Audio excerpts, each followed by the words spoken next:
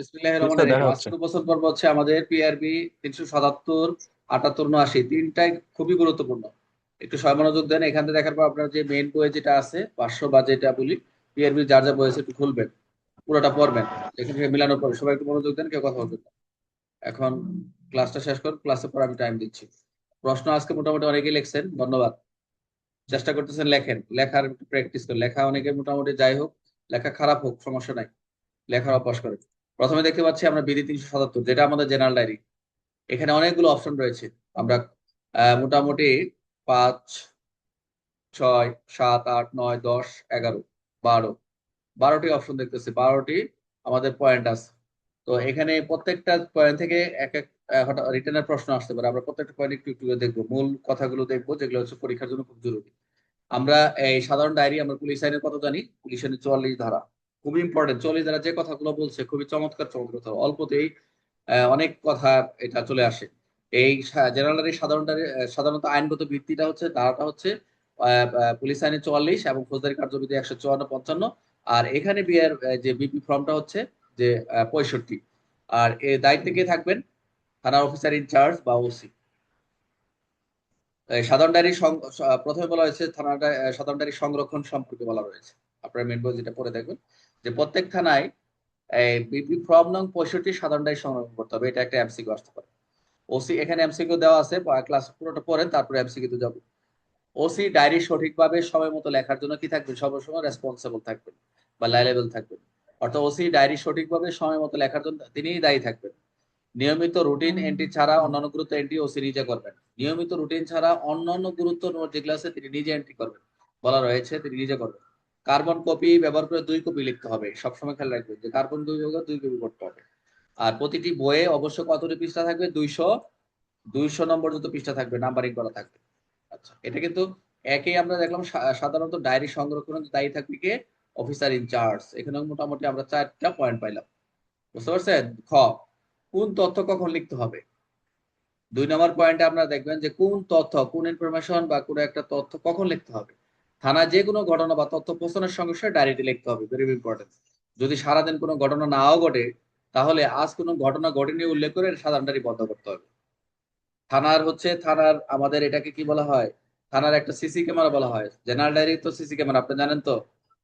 থানার ভিতরে, থানায় যেরকম একটা খতিয়ানকে আয়না বলা হয়েছে, বিআরবি 380-কে বলা হয়েছে থানার আয়না, সেরূপ থানা এলাকার সিসি ক্যামেরা বলা হচ্ছে সাধারণ ডায়েরি বা জিডি।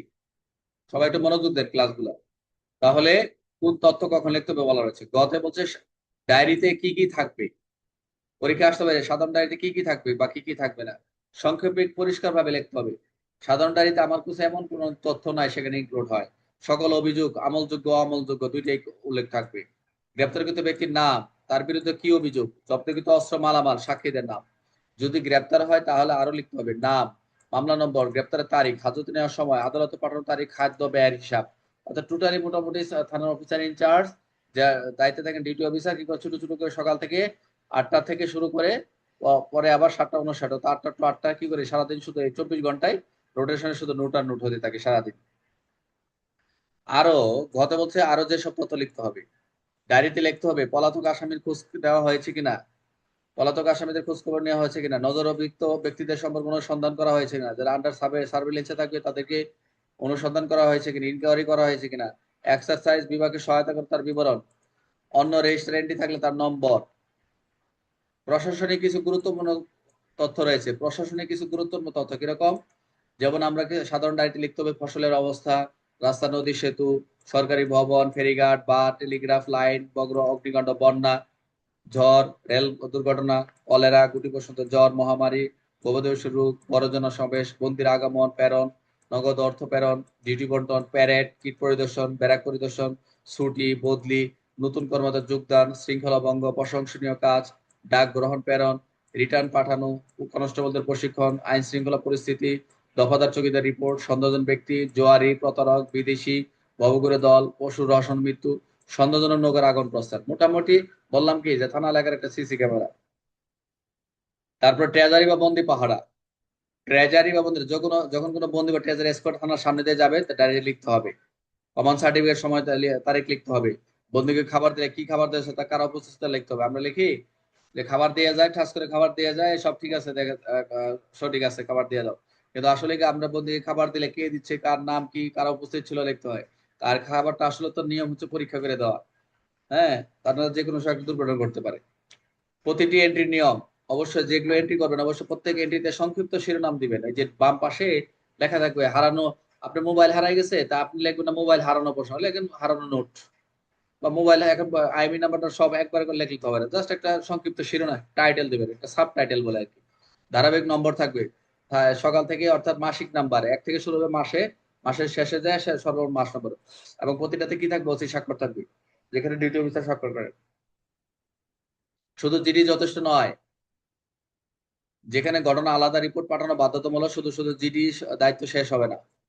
যতে বলছে গোয়েন্দা তথ্য সংস্থা, জনস্বার্থে গুরুত্বপূর্ণ তথ্য পুলিশের প্রধান প্রধান দায়িত্ব, যে গোয়েন্দা কিছু তথ্য সংগ্রহ করবে, সেগুলো সাধারণ ডায়েরিতে লিখতে হবে, সম্পূর্ণ সংক্ষিপ্ত স্পষ্ট ভাবে লিখতে হবে যে কি কি তথ্য কালেকশন করলেন। কখন ডায়েরি পাঠাতে হবে, গত 24 ঘন্টা ডায়েরি। মূলত একমাত্র ডায়েরি কোথায় যে আপনারা জানেন, এই যে সাধারণ 24 ঘন্টা ডায়েরি কোথায় প্রেরণ করতে হয়, কে বলতে পারবেন? সার্কেল এটা অফিস। আর সার্কেল অফিসে স্যার। একমাত্র সাদা জিডি সংরক্ষণ হয় সার্কেল অফিস। হ্যাঁ, সার্কেল অফিস সংরক্ষিত হয়। ডাক ছাড়ার 1 ঘন্টা আগে সার্কেল ইন্সপেক্টর কাছে পাঠাতে হবে, এটাই circle office. Very important MCQ আর কি। জেলা, মহকুমা, সদর থানা সকাল 8টায় ডায়েরি বন্ধ করতে হবে। 8টায় বন্ধ করতে হবে, যেটা বলা রয়েছে। ডায়েরি, থানার যে ফাঁড়ির ডায়েরি, ফাঁড়ি যেখানে থাকবে সেখানে প্রত্যেক ফাঁড়িতে একই সেম ডায়েরি থাকবে। লিখতে হবে টহলের বিবরণ, গুরুত্বপূর্ণ ঘটনা, সন্দেহভাজন ব্যক্তি তথ্য, ফাঁড়িতে জানানোর মামলা সকল বিবরণ প্রতিটি প্রতিদিন মূল থানায় পাঠাতে হবে। এই বিষয়গুলো থাকবে।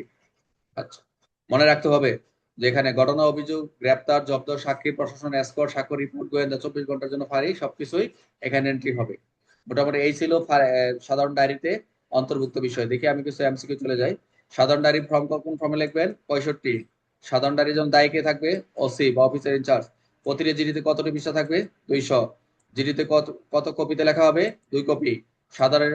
সারাদিন কোনো ঘটনা না ঘটলে কি করতে হবে, তাও ডায়েরি লিখতে হবে। গ্রেপ্তারকৃত ব্যক্তি কোনো তথ্য লেখা বাধ্যতামূলক কি? অবশ্যই মামলা নম্বর লিখবেন। ডায়েরিতে কোন ধরনের অভিযোগ লেখা থাকে? আমলযোগ্য, আমলযোগ্য উভয়ই, অবশ্য উভয়ই। জব্দকৃত কি কি ডায়েরি লেখাতে হবে? জব্দকৃত কি কি ডায়েরি লিখতে হবে? টাকা, আসবাব, অস্ত্র, সম্পত্তি।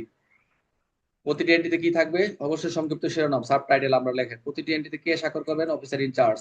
এখন পরীক্ষা আছে, প্রতিটি স্বাক্ষর কে করবেন? যদি থাকে officer in charge, duty officer, ASI, সবগুলো সবগুলো তো হবে না, লিখবেন ডিউটি অফিসার অথবা এএসআই, সাব ইন্সপেক্টর, তাহলে সাব ইন্সপেক্টর, এসআই, দুইটাই লিখবে, ক খ থাকবে। আর যদি শুধু অফিসার ইনচার্জ, অফিসার ইনচার্জ লিখবে। ডায়েরিতে কোন কোন রোগের তথ্য রাখতে হবে? মহামারী, মাথা ব্যথা, ডায়াবেটিস, অ্যালার্জি। মহামারীর কথা বলছে। বড় অগ্নিকাণ্ডের কোন তথ্য কোথায় লিখতে হবে? সাধারণ ডায়েরিতে। দফাদার, চৌকিদার তথ্য কোথায় লেখা হবে? সাধারণ ডায়েরিতে। বন্দীকে খাবার দিলে কোথায় লিখতে হবে? সাধারণ ডায়েরিতে। গোয়েন্দা সংস্থা তথ্য পুলিশের এটা একটা প্রধান দায়িত্ব। ডায়েরি কত ঘন্টার বিবরণ বহন করবে? সেটা হচ্ছে 24 ঘন্টা। জেলা সদরে জিডি কখন বন্ধ হবে? সকাল 8টায়। ফাঁড়ি ডায়েরি কোথায় পাঠানো হবে? মূল থানায়। পলাতক আসামির, ওই যে ফাঁড়ির যেটা আছে মূল থানায় পাঠাবে। পলাতক আসামির অনুসন্ধান কোথায় লেখা হবে? সাধারণ ডায়েরি। সাধারণ ডায়েরি সংগ্রহ মূল উদ্দেশ্য কি? যে গত 24 ঘন্টার গুরুত্বপূর্ণ সরকারি রেকর্ড সংরক্ষণ করা যায়।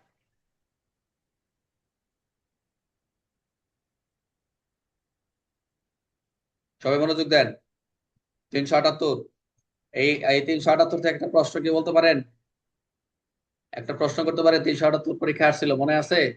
এই যে কনভিক্ট এজ রেজিস্টার। ডায়েরি নাকি? এজ ড্রাইভ, এস রাইট। ডাইভ। এস হ্যাঁ, ডাইভ এজ ড্রাইভ। Conviction register. আচ্ছা, এই হচ্ছে এই পলাতক দণ্ডিত রেজিস্টার, কনভিকশন না, absconded offender, convict register. 378 very important, প্রত্যেকটা লাইন ভালো করে মনোযোগ দেন। এটা রিটার্ন থেকে এখান থেকে আসছিল, একটা বিরত থেকে প্রশ্ন আসছিল। এজ ড্রাইভ কি? এজ ড্রাইভ কখন করা হয়? 378 ঘ মনে হয় না? আচ্ছা, তাহলে 378 আমরা দেখতে পাচ্ছি পলাতক আসামি, পলায়নকে দণ্ডিত রেজিস্টার। আচ্ছা, এটা একটু শর্ট করে দিই। আচ্ছা, একসাথে দিই, সমস্যা নেই। মনোযোগ দেন।